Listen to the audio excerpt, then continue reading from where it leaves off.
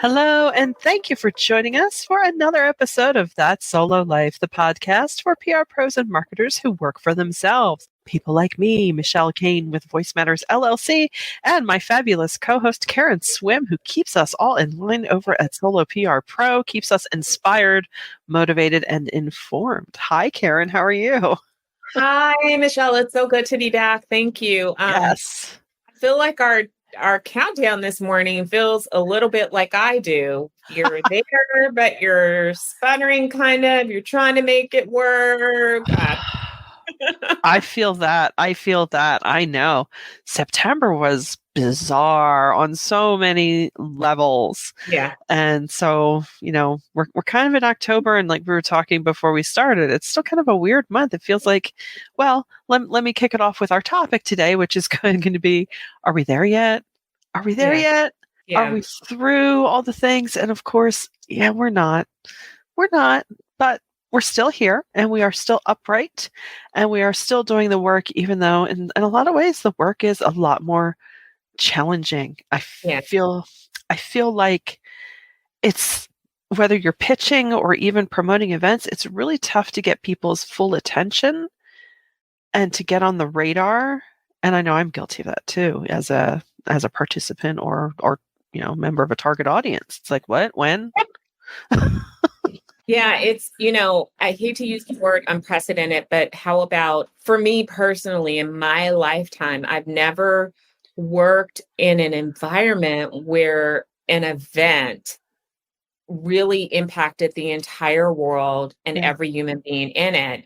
And the ripple effect of the pandemic is that, we have labor shortages, we have supply shortages, we have worker burnout because of the shortages and the pandemic and all of the things that happened, so we're seeing things like women still being impacted by lack of childcare. Yeah. And so they're having to drop out. Even solos are having to, drop out of the workforce because they don't have childcare. We're seeing, hours being impacted by the pandemic because you're fighting two things. Now you're fighting, if you have a positive worker, then you now are down another staff member when you're already short. Nobody across the board seems to be able to find enough talent to fulfill the roles. And so everybody's feeling overwhelmed. So when I think about all of these things in the world that have happened, they're happening to our clients.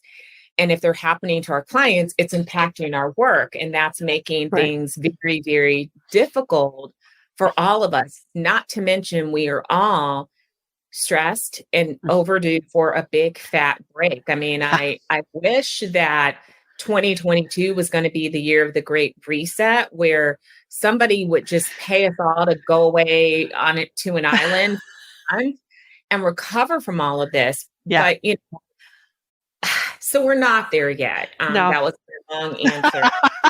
We're still recalculating. Yeah, I think Richard Branson should, start slotting weeks at his island that we can all go hang out. I think that would be a great public service on his part. It would be a tremendous, while everybody's sending everybody to space, I can't afford to buy one of those tickets, but I will gladly take a tropical vacation. At this point, I would be happy to go one state over and just be gone and off the grid for even a week. That would be lovely. So exactly. If he wants to send me and my fur baby on a retreat, we'll take it. Just want to hole up in a hotel for a couple of days. No big deal. I'm telling you, it's but the interesting thing for us as communicators and as PR is that we have two challenges. It's preserving our own mental health and sanity in this environment, but we also have to continue to deliver results in this environment. That means that we're trying to break through to our audiences who are dealing with all of these things as well, and their attention may be segmented or just not there at all. From meeting people, outreach has become much more difficult because they're overwhelmed too. They're facing all of the same challenges that we're facing. And then I think that we've all seen that in addition to all of the big world things that keep happening and all of the disasters, life keeps happening too. Yeah. And it seems to be happening at a much faster pace. Yeah. So, everyone it's like we're all walking around with this, 100-pound weight on our shoulders, trying hard to keep moving forward. And then another, weight is laid on top of us and it's crushing us. Yeah. Yeah. So what do you do? Like, how are you surviving in this crazy environment?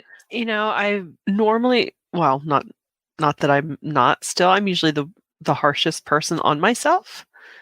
So I try to cut myself some slack. And if that means not every morning, but if some mornings, if I need to sleep until 8 a.m., I sleep until 8 a.m. If that makes me a fresher person. Also, just try to, always be looking at things from an original perspective, if that makes sense, because nothing's really normal right now, right? So, if the tried and true isn't working, try a different approach, or, because as we were saying, getting people's attention is so difficult right now. And I think being honest about that and forthright about that. Sometimes I like to present things in that way of like, hey, look, we know we are all in a long slog. We are not through this yet. Even though we might get up and go about our day as if it's normal, there's still nothing really normal about our world. So, in light of that, have some fun, come to our events or something like that. But I think just keeping that perspective in mind, because it is so easy when you're hunkered down at your workstation or in the day-to-day of what you're doing, it's easy to think everything's, well, I'm sitting here, I got my cup of coffee, everything's fine. But we're still all, engaging with this new territory, and it changes by the day. Yeah. And the same things we're dealing with, a year ago we're dealing with, and I know, we're all tired at a certain level about it. Mask, no mask. I'm like, I'm just going to do my best to protect myself. I don't know what to tell you. I can't. Yeah. We're on such a couple of really key points, and the things that I have really been trying to keep in mind. One is grace for yourself and grace for other people. Realizing that, a big aha moment for me in September, which was just a horrible month, was at the end of the month, realizing that I needed to quit beating up on myself for not being able to do X, Y, Z like I used to do it. Well, you have to operate in the now. And so giving yourself permission to understand that your circumstances are not the same as they were a year ago, 2 years ago, 5 years ago. But in the now, what do you need to set up to survive and succeed? Mm-hmm. That was a really important shift for me to say, okay, forget about, stop comparing yourself to your past self and deal with where you are in this present moment and the things that you have to deal with in this moment and build around that. So, extending that grace to yourself to be different. And that's okay. Maybe I cannot work, as many hours per week as I used to. Maybe I cannot handle as many incoming things. So decrease them. It's okay. Do what you have to do. Another thing that you mentioned was, systems.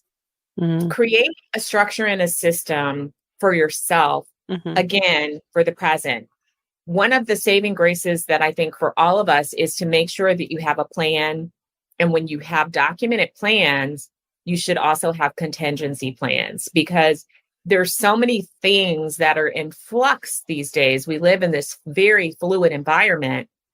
So you need to sort of have these parallel tracks going to plan for all of the contingencies.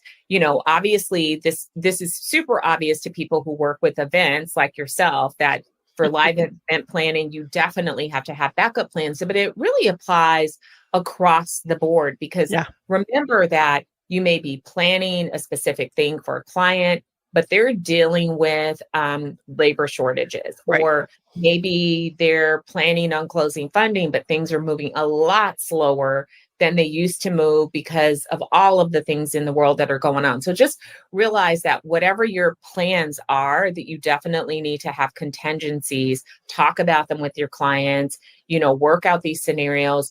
That means that we have to be more diligent about our planning process. We have to ask more questions, and we have to set realistic expectations with the clients. Exactly.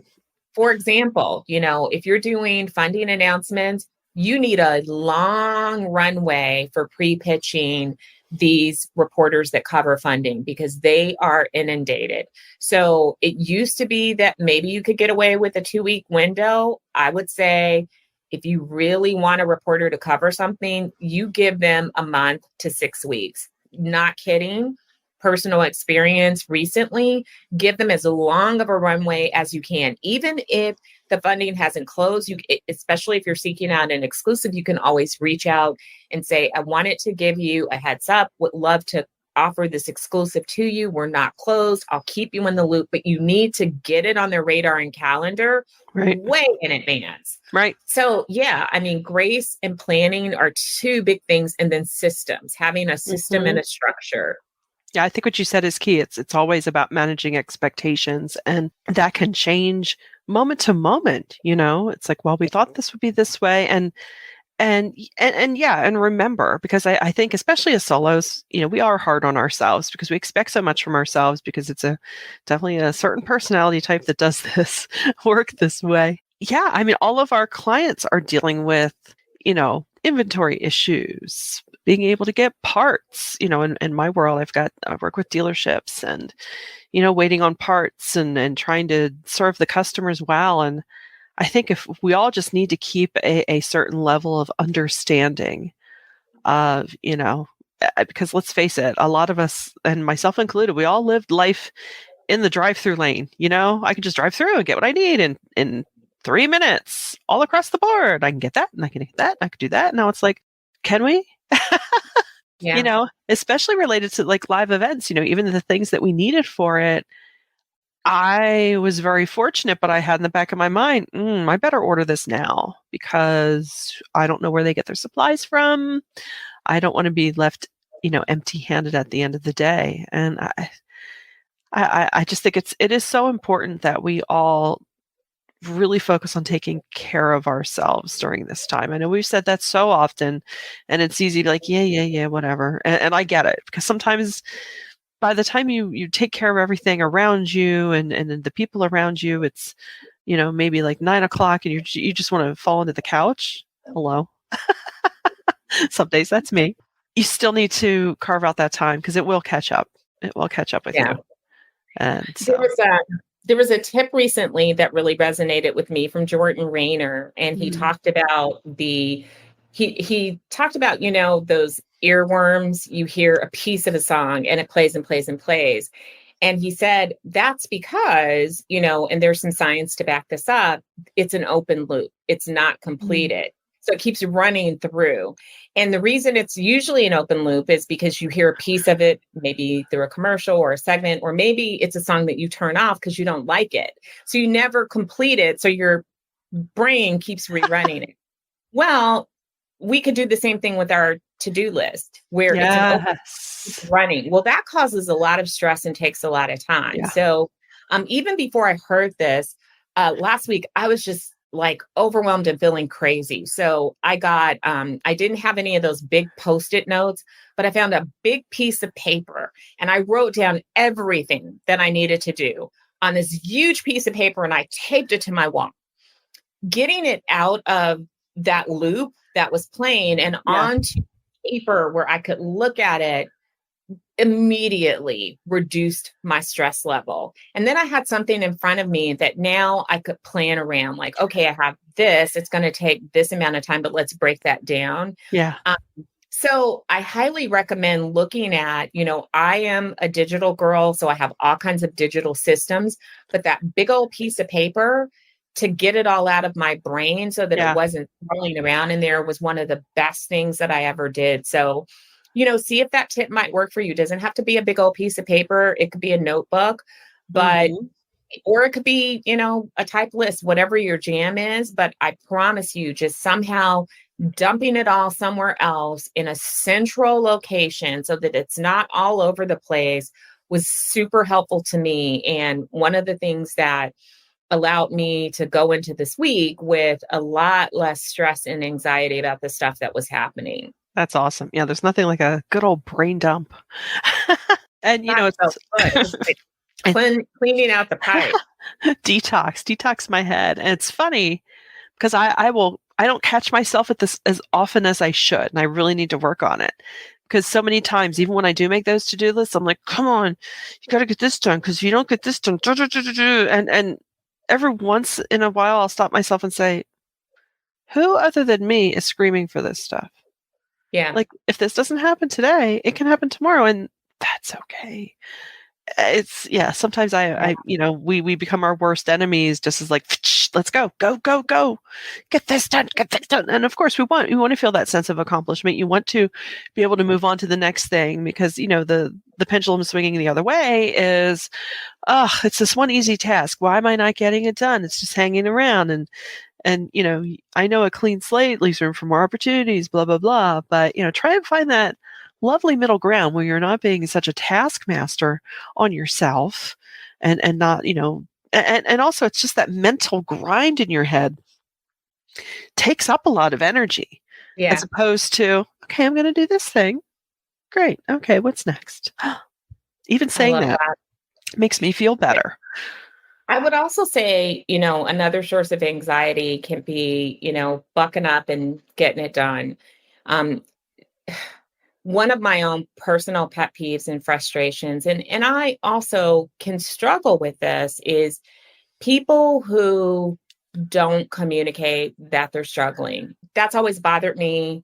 Even when I was, in management in corporate America, I would encourage my team members to speak up. Like, don't just do things. Don't work extra hours to make things happen. Because if you do that, then I'm never aware of the problem and I can't fight for you. I can't fix it. Right. We feel more strongly about that as a solo. And it saddens me in a way that we have created this work model where people are afraid to be vulnerable. You are a whole person with a whole life. Sometimes things happen. You're not at your best. You're not feeling well. Maybe it's just mental fatigue. But if you don't speak up, then you really are letting other people down, because you're really not at your best. You're not handling things, but you're not communicating with people. So what does that mean as a solo? It means that if you're working with other team members, you need to speak up if you're struggling. If you don't feel well, tell your team, hey, I'm not feeling well. I'm not at my best. Can you help me? And even if you don't have other team members and you're struggling, speak up. That's why we have communities like Solo PR Pro, which is a very safe place to be and to let people know that you're struggling. Maybe you need an extra hand for a little while to help you out because you just can't, and that's okay. But I would also say, don't buck up when bad things are happening to you, because your clients will notice that something is off. Yeah. They will. You think you're hiding it. You think you're carrying the load. If you're sick, tell them you're sick and make a plan. Hey, I'm not feeling well and I'm going to need to, kind of lighten the load for the next few days, or I'm going to have to take off a few days so I can recover. Here's the plan. Here's how I'm going to handle things. They're human beings too. They're struggling with all of the same things that you're struggling with as well. And I don't think that we can ever fix this broken work system if we just continue to be a part of the problem. So I'm super big on challenging the system. I made a radical, it doesn't feel really radical, but I made a radical move as I was onboarding new clients in September. I did not put them on a regular meeting schedule, but I communicated the whys of, this is why we don't do this. What I do is we Slack all day long. If we need to, hit the Slack button to do a quick video call to chat about something, we do that. And, maybe monthly-ish, we have a meeting. Yeah. It's like, let's touch base. Yeah. Not one client has said, that totally sucks. I did that because when I looked at how I was spending my time, I can't be effective if I'm doing 11 hours of meetings every week just because some PR person 22 years ago said that if the client is this size, you have to meet with them weekly or you Right. have to meet with them bi-week. That's stupid. Yeah. All of this communication at our fingertips. We can tag in when we need to. And Yeah. that definitely reduced my stress level because I'm able to look at my week and I have time to work. Yeah. Um, I'm still completely overwhelmed. Don't get me wrong. I'm in this season of total, like, this job is hard. I'm Yeah. having a hard time like staffing things, but whatever, that's a story for another day. Yeah. But it's not extra added stress. And at Right. least I have blocks of time, big, huge chunks of time, whole days of time where I can Yeah. just focus. Yeah. And I've finally come into that acceptance, that, wait a second, I deserve to have margins too. I deserve to have that thinking time. And I not only do I deserve it, I need it to Yeah. serve my clients well. So yeah, that's one of my little projects that I'm working on. If you're watching us on YouTube, if only you could see what I'm looking at with the events I've had the past couple of months. It looks like a bomb went off and I'm crazed about it. But I'm like, all right, we'll get there. We'll get there. But yeah, talking about like communication with your clients, I'll be fully transparent. I didn't take I'm not even going to say this out loud, a proper vacation in like 11 years. So I went to the Jersey Shore and all I got was a case of the Rona, not even a nice t-shirt. But, I knew it's like I tried to hobble through. Thankfully, it was a mild case. It's still annoying as anything and, scary when you read about what could happen. But yeah, I had to be transparent with my clients. I'm like, hey, I'm not going to be popping into the office for a couple of weeks. You're not going to see me. And I'm going to do my best to serve you well. But just know I'm muddling through because I know the ship has to keep sailing, and I'm grateful that I'm able to do it. But it just might be at a lower gear. And like you said, all of them were like, "Are you okay? Take it easy. Don't blah blah blah." I'm like, no. I need to. So yeah, at the end of the day, I mean, thankfully, if as solos we are, yeah. Solo fashion. Michelle was the person that was like, I'm in bed. I'm looking at my laptop. And she, a few weeks ago, she's like, I think I can do the podcast. I'm like, no, actually, you cannot. It will be fine. We will take a break. And in typical Michelle fashion, I get not one new puppy, 2 new puppies. Yeah. It's like, because why not? Through infection and I feel like I'm dying most hours of the day, but I'm going to just go and adopt 2 new puppies. How about that? and stubbornly getting weekly COVID tests. I'm like, I want to be negative. Let's go. I did learn that I am apparently very impatient. Yes, you are. And that is typical. So we just want to check this thing off like, okay, not sick.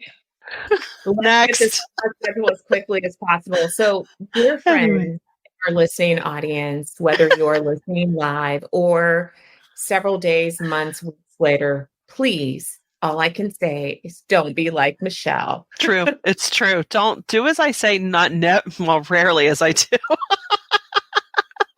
I'll get that press release out. It's fine. Yeah. I seen it recently, and I don't know if this is a good thing or not. I have not become someone that is not compassionate, but I certainly through this pandemic have had to learn how to care less. I really have, because it'll bring you down if you have it will send you to your bed unable to get up. So things happen, and I've just had to say, all right, well, keep it moving. I had something happen last week that made me want to burst into tears, and I'm like, I won't be doing that. Just whatever. Because, people will disappoint you. Oh, yeah. Yeah. It will happen more often than you like it to. But you can't focus on that. You just got to keep your eyes on the end goal and keep it moving. And if you start to internalize all of these glitches and things that go wrong and people that let you down, you're going to kill yourself. And it's not good. So you just care a little less. Yeah. And I commend you on that, because it's easier said than done, because I don't think we realize how much of ourselves we put in to our work. I mean, not in an unhealthy, personal, Yeah. invasive way, but you're invested in what you're doing, because you have to care to a certain extent. Much as I often say, like, I don't need to know everything, but I need to know everything. It's kind of like, it's not that I don't care, but I can't care. Okay. Yeah, and I think it's about not It's hard. internalizing the glitch, the failure. It's Yeah. dealing with it and moving on. You Yeah. cannot you can't take all of this stuff personally or to heart. That's where you Right. really have to on your business hat and go, okay, well, Yeah. okay, so now how am I going to fix this? And Yeah. keep moving. Because if you start to continue to say, oh my God, then you're not going to make it. And this job is, there's a reason that it lands on the list of, stressful Stress. positions year after year after year, because public relations is a stressful job, and it Mhm. can be even more stressful if you allow it to. So you Yeah. cannot let this define who you are. Yeah. Bring your best self and do your best work. But the way that I am able to continue to show up for my clients and for myself is by not allowing this stuff that goes wrong to get into my inner being. And I have in the past, I have gotten super depressed when something's not going well, or take, people not moving in the same direction, very personal. I just can't do that. Mm. I can't, because I've got to survive too. And Mhm. so showing up for myself means that I just can't let stuff bother me. Yes, it takes some practice, but you get kicked enough, you learn how to get up pretty quickly. Yeah, that is the truth, and it is freeing in a way, when you don't give as much of yourself to things that really don't require it. Yes. Someone in the past turned that light bulb on for me. It's like, well, why do you give so much of yourself? And you're like, oh, I didn't know there was another way. Oh, I could do this, and not that doesn't say I practice it as much as I should, but at least the nugget of information's in my head. Behavioral change takes time. It So, does. It again, you does. have to give yourself grace just because you know a Yeah. thing in your head. You have to practice it. And it doesn't mean that we're going to be perfect. And Right. I just, I could do we could do a whole entire series on what I believe, social media has ruined Mm. work in some ways by Mhm. presenting this glamorous, shiny example of perfection. We have everything from the hustle hard and it'll Yeah. all work out to Yeah. even productivity gurus who tell us that there is a method and a system that allows you to do more. And it just is all that's Yeah. not the way that it really is. Behind the scenes, there are failures, there are things that go wrong. No one is perfect. No one is perfect. Block out those voices. It helps to block out some of the incoming and focus in on how you do your work in your life. And I mean, I'm not saying that the tips are not sometimes good. Right. Um, Hope that you have gotten some good tips from us here at Solo PR Pro and that Solo Life podcast. But life is not perfect and it's Right. not wrapped up in this neat and shiny bow. And so realize that on the journey to, getting better and doing better by yourself, that it's not always pretty. No. No. I think we can close with that great productivity guru William Shakespeare. To thine own self be true. You know what pings right for you. And even if you've gotten away from that, you know how to get back to it. And really, that's, I would say, as we travel to this destination of, are we there yet? Just remember that and keep that in mind. And you are all doing great. And we thank you for joining us for this episode. We're thrilled to be back. We miss talking to you guys. So until next time, thanks for joining us on That Solo Life.